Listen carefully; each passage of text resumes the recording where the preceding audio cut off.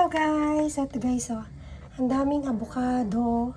Puro avocado yan. So, hinog na. So, ngayon, sayang kasi. So, hiwain na natin para kunin natin yung laman.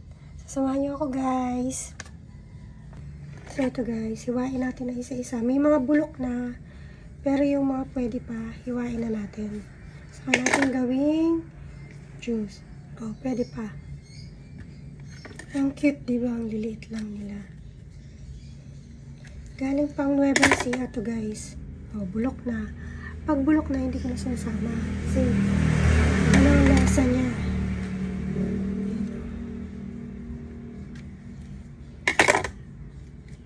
Ayan. Oh, pwede pa siya. So, unahin natin yung mga pwede pa. Para sabay-sabay na lang natin siyang ihiwain. Okay? Pwede pa siya.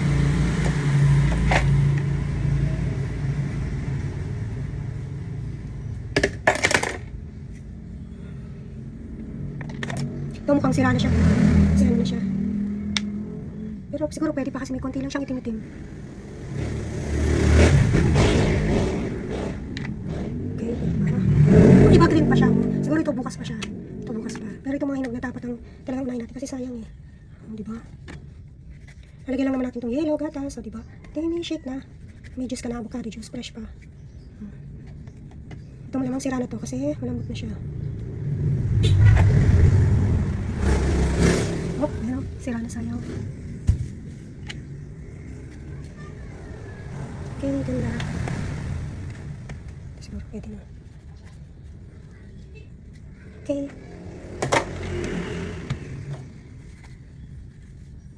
Sira na konti. Okay.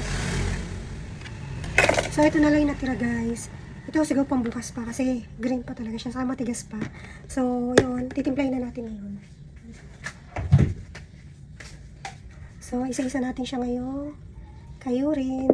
Ayan. Kayurin lang natin ng kutsara na lang.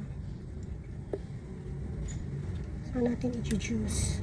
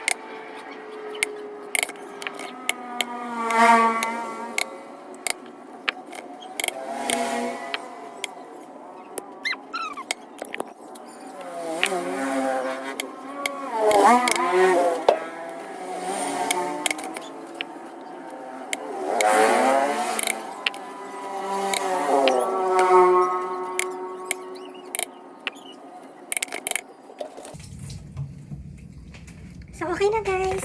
Ganito na karami nagawa natin. So, hati natin to sa dalawang pichil para marami tayong magawang avocado juice. So, yun lang guys. Thank you for watching. O, diba?